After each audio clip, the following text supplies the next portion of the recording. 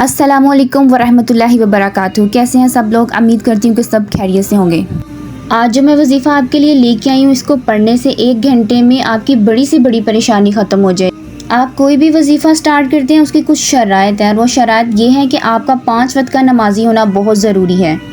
उसके बाद वजीफ़े करने का सबसे बेस्ट टाइम है फजर के बाद और इशा के बाद। इशा के बाद का टाइम ज़्यादा बेस्ट है। आपने नमाज़ पढ़नी है तन्हाई में बैठ के, बिल्कुल पूरे फोकस के साथ।